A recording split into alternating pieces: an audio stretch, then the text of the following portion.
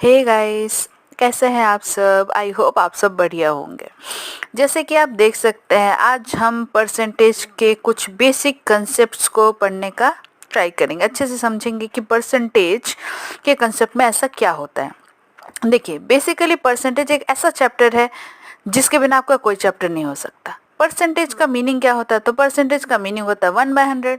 ठीक है, अब याद रखिएगा, इसका मतलब हमेशा 1/100 होता है। मतलब परसेंटेज एक ऐसा चैप्टर है जिसके बिना आपका कोई भी चैप्टर नहीं बन सकता है। तो स्टार्ट करते हैं। सबसे पहला क्वेश्चन है 28% ऑफ 600। ठीक है, अब नॉर्मली इसको कैसे कैलकुलेट करते हैं? तो नॉर्मली इंसान कैसे इसको करता है, जैसे हमने स्कूल में सीखा था। तो देखते हैं नॉर्मल। ठीक है, जो हमने स्कूल में सीखा था उसको अप्लाई कैसे कर सकते हैं? 28/100 इंटू 600। अब सिंपली 0 को कैंसिल कर देंगे और 28 इंटू 6 कर देंगे। इसका आंसर हो जाएगा आपका 168। ठीक है, ये हो जाएगा आपका 168। ठीक है, अब ये तो नॉर्मल तरीका है, बट मुझे 28 का टेबल तो आता भी नहीं, मुझे मल्टीप्लाई भी करना पड़ेगा। तो नेक्स्ट मेथड देखते हैं, परसेंटेज को सिंपली कैसे सॉल्व कर सकते हैं। आप 28 को आराम से याद रखिए, कोई भी नंबर मैक्सिमम कितना हो सकता है? मैक्सिमम 100% हो सकता है। मतलब 100% का वैल्यू होगा 600, और 100% का वैल्यू 600 है, तो आपको इसका 10% और 1% आना चाहिए। तो सिंपली याद रखिएगा, अगर आप इस नंबर को लास्ट वाले डिजिट्स को सिर्फ लास्ट में सिर्फ एक 0 को हटा देंगे, 1 पॉइंट आगे कर देंगे, तो ये आपका 10% हो जाएगा।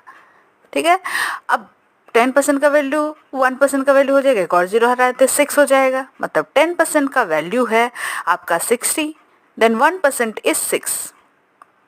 अब हम इसको क्या करेंगे, इसको ऐसे नंबर में ब्रेक करेंगे जो आपका 28% को करने में इजी कर दे। जैसे कि 28% ऑफ 600 है, इसको हम कैसे लिख सकते हैं? इसको लिख सकते हैं 20+8 ऑल्सो 28%, और हम इसको लिख सकते हैं 30-2%, ये भी 28 को ही रिप्रेजेंट करेगा।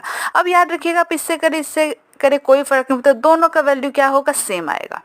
ठीक है, चलिए देखते हैं। 10% का वैल्यू है 60, 10% का वैल्यू 60, बट मुझे कितना चाहिए? मुझे चाहिए 20%।